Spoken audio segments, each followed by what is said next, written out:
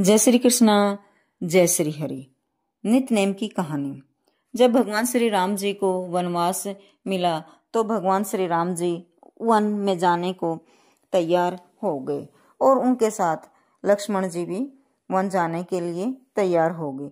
जब सीता माता को पता चला तो वह बोली कि मैं भी साथ चलूंगी। भगवान श्री राम ने कहा कि सीते वहां किसी प्रकार का भी सुख नहीं है। सीता माता बोली कि दुख में दुखी और सुख में सुखी रह लूंगी, पर चलूंगी जरूर।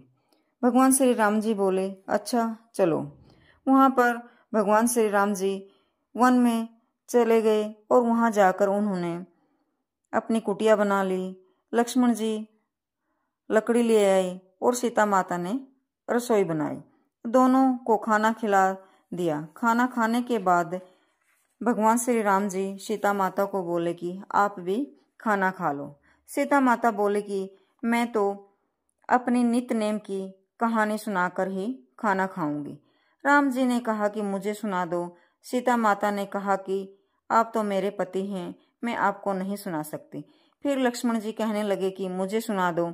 सीता माता बोली कि आप तो पुरुष जाति हैं, कोई भागों वाली आएगी, मैं उसी को मेरी कहानी सुनाऊंगी, उसे ही सुनाऊंगी। राम बोले अच्छा उसे ही सुना दे। सीता माता जल का लोटा लेकर कुएं पर बैठ गई। फिर कोई औरत कुएं पर जल भरने के लिए आई। सीता माता ने उसे कहा कि वह मेरी नित्य-नेम की कहानी सुन ले। उसने कहा बहन सुन तो लेती, परंतु मेरे घर में मेरी सास ननद बड़ी कलिहारी हैं। यदि मुझे देर होगी तो वो गुस्सा करेंगी, मेरे से लड़ाई करेंगी, मुझे मारेंगी। बस मुझे उनका डर है, इसलिए मैं आपकी नित्य-नेम की कहानी नहीं सुन सकती। मेरा मन तो बहुत करता है। जब वह घर गई तो रास्ते में उसका बुरा हाल हो गया। उसके सारे कपड़े फट गए, लोहे की बाल्टी नेजू सब बेकार हो गया। सास ननद बोली कि बहू आज कहाँ गई थी जो तेरा ऐसा हाल हुआ? वह बोली मैं तो कहीं नहीं गई थी, मैं तो कुएं पर पानी भरने गई थी। वहां पर सीता माता बैठी थी, मुझे नित्य नेम की कहानी सुनने के लिए कह रही थी। मेरी नित्य नेम की कहानी सुन ले। मैं आपके डर से मना कर आई, मेरी सास ननद गुस्सा होंगी, मुझे घर जाने में देरी हो जाएगी। मैं तो सुनती नहीं, मेरे साथ लड़ाई होगी। उसने कहा कि जा नहीं सुनती तो कोई दूसरी भागों वाली आएगी।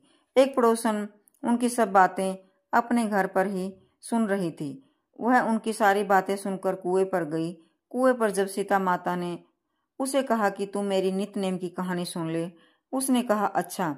सीता माता ने उसे नित्य नेम की कहानी सुनाई। नित्य नेम दे, नेम का प्रेम दे, गंगा का स्नान दे, गऊओं का दान दे, तू दे तो खाऊं, मांगन किसी के ना जाऊं, बासा भांडा पाऊं, खोल दे खजाना, मेरे पास नहीं आना, राम लक्ष्मण को जोड़ा, तेरे घर में कभी न आवे तोड़ा। जय सिया राम, जय सिया राम। उसने मन लगाकर कहानी सुनी। सीता माता ने भी अच्छी तरह से उस औरत को कहानी सुनाई। वो कहानी सुनकर घर गई। रास्ते में उसकी बाल्टी सोने की हो गई और वह खूब सजी धजी हीरे जवाहरात हो गए। उसके घर में वह पहुंची तो धन दौलत से घर भर गया। उसकी सास कहने लगी कि तू आज बड़े अच्छे भेष में आई है, कहाँ गई थी? वह बोली कहीं नहीं गई थी, कुएं पर सीता माता बैठी थी। वह कहने लगी कि मेरी नित्य नेम की कहानी सुन ले। मैंने कहा सुना दे। उसने मुझे कहानी सुनाई। रास्ते में आते आते मेरा यह भेष हो गया। उसकी सास बोली कहानी तो तू सुन आई है, कुछ लेना देना भी पूछ कर आई? बहू बोली आप अब कहती तो पूछ आऊं। सास कहने लगी कि बहू जा पूछ कर आ। वह फिर पूछने को चल दी। रास्ते में भगवान राम जी खड़े थे। वह कहने लगे कि सीता तूने उसे क्या दे दिया, वह जो दोबारा भागी भागी आ रही है? सीता मैंने तो कुछ भी नहीं दिया, मैंने तो उसे नित्य नेम की कहानी सुनाई थी। रामचंद्र जी हंस पड़े। वह औरत सीता माता से पूछने लगी कि आपने मुझे नित्य नेम की कहानी तो सुना दी, पर लेना देना कुछ नहीं बताया। मेरी सास ने कहा है कि लेना देना भी पूछ कर आना, मैं फिर इसलिए आई हूँ। फिर सीता माता बोली कि बहन ले अब तू लेना देना पूछ ले। 6 महीने कहकर 6 केले दे दे।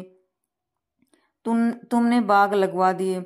6 महीने कहकर 6 लड्डू दे दो, जैसे तुमने भगवान जी को भोग लगवा दिया।